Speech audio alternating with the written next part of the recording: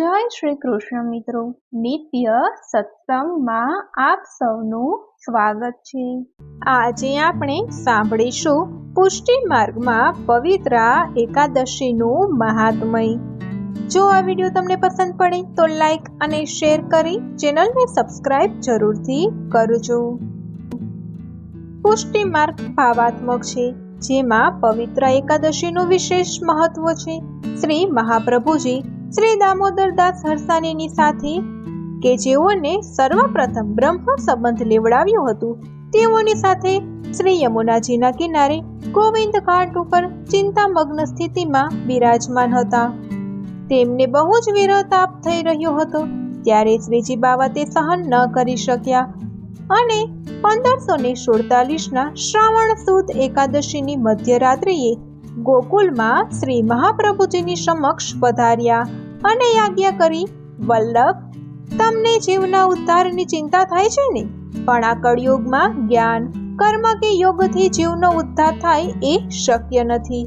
જે જીવ શરણાગત ભાવથી મારા ચરણ શરણમાં આવશે તેનો ઉદ્ધાર જરૂર થશે। માટે આપ પુષ્ટિ જીવોને બ્રહ્મ સંબંધનું દાન કરાવો। આ પ્રમાણે આજ્ઞા કરી શ્રીજી બાવાએ શ્રી મહાપ્રભુજીને બ્રહ્મ સંબંધ મંત્ર આપ્યો। તે વખતે શ્રી મહાપ્રભુજીએ પ્રસન્ન થઈ શ્રીજી બાવાને કેસરમાં રંગેલું સૂતરનું પવિત્ર ધરાવ્યું। ત્યારથી પુષ્ટિ માર્ગમાં પવિત્રા એકાદશી અને દ્વાદશીના દિવસે પવિત્ર ધરાવવાની પ્રણાલિકા જારી છે। આ દિવસ પુષ્ટિ માર્ગનો પ્રાગટ્ય દિવસ પણ કહેવાય છે। પવિત્રામાંનું સૂતર એ ભક્તિનું પ્રતીક છે, કારણ કે પ્રેમનો તાતણો સૂતરના તાતણા જેવો હોય છે। એકવાર પ્રેમનો તાતણો કપાઈ જાય પછી તેને જોડવો બહુ અઘરો છે। કાચા સૂતરના તાતણાની જેમ પ્રેમને જાળવી રાખવો પડે છે। તેને કેસરથી રંગીને કેસરી કરીએ છીએ। કેસરી રંગ શ્રી સ્વામિનીજીના રંગનું પ્રતીક છે।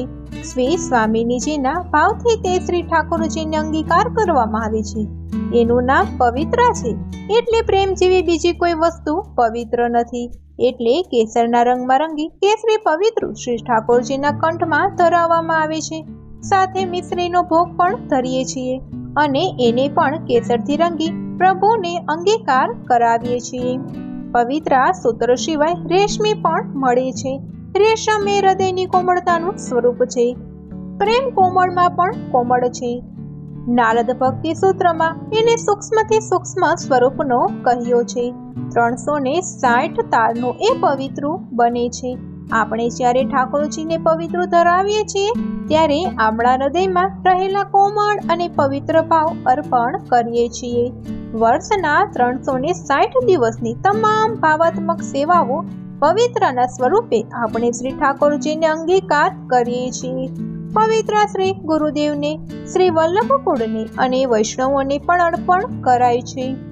શ્રી ઠાકોરજીને અને ગુરુદેવને પવિત્ર ધરી દંડવત કરી આપણે ધન્ય બનીએ છીએ। બધા વૈષ્ણવો ફૂલની માળાને બદલે શ્રી ઠાકોરજીને પવિત્રા ધરાવે છે। હવે આપણે જાણીએ કંઠી પહેરવાનું કારણ। જ્યારે જીવ ગુરુના શરણમાં જાય છે ત્યારે ગુરુજી તેમના કાનમાં 3 વાર અષ્ટાક્ષર મંત્ર શ્રી કૃષ્ણ શરણમ મમ બોલે છે અને કંઠી ગળામાં પહેરાવે છે। આને નામ મંત્ર કહેવામાં આવે છે। આ ઉપરાંત તેને નામ પમાવવું પણ કહેવાય છે। જ્યારે જીવ બ્રહ્મ સંબંધ લેવા ગુરુ પાસે જાય છે ત્યારે અપરશ કરાવી તેમને ઠાકોરજીની સન્મુખ લઈ જવામાં આવે છે અને ત્યારે તેમના હાથમાં તુલસી દળ મૂકી તેમને કંઠી પહેરાવી મંત્ર બોલાવવામાં એટલે કે બ્રહ્મ સંબંધનો મંત્ર કહેવામાં આવે છે। મંત્ર બોલાવ્યા બાદ તુલસી દળ પ્રભુના ચરણમાં સમર્પિત કરવામાં આવે છે। આ સંપૂર્ણ પ્રક્રિયાને બ્રહ્મ સંબંધ કહેવાય છે। આ મંત્ર ગુપ્ત હોય છે અને તે અપરશમાં પ્રભુની સન્મુખ જ બોલવામાં આવે છે। તેને જાહેરમાં બોલી શકાતો નથી। આમ આ બીજી કંઠીને બ્રહ્મ સંબંધ મંત્રની કંઠી કહેવાય છે। કોઈ પણ જીવને ક્યારેય પણ કંઠી વગર ન રહેવું જોઈએ। આ ઉપરાંત મસ્તક પર હંમેશા ઉધ્વપુંડ તિલક કરવું જોઈએ। તો મિત્રો, આ હતું પુષ્ટિ માર્ગમાં કંઠી તથા બ્રહ્મ સંબંધનું મહાત્મય. જો આ વિડીયો તમને પસંદ પડ્યો હોય તો લાઈક અને શેર કરી ચેનલને સબસ્ક્રાઇબ જરૂરથી કરજો. જય શ્રી કૃષ્ણ.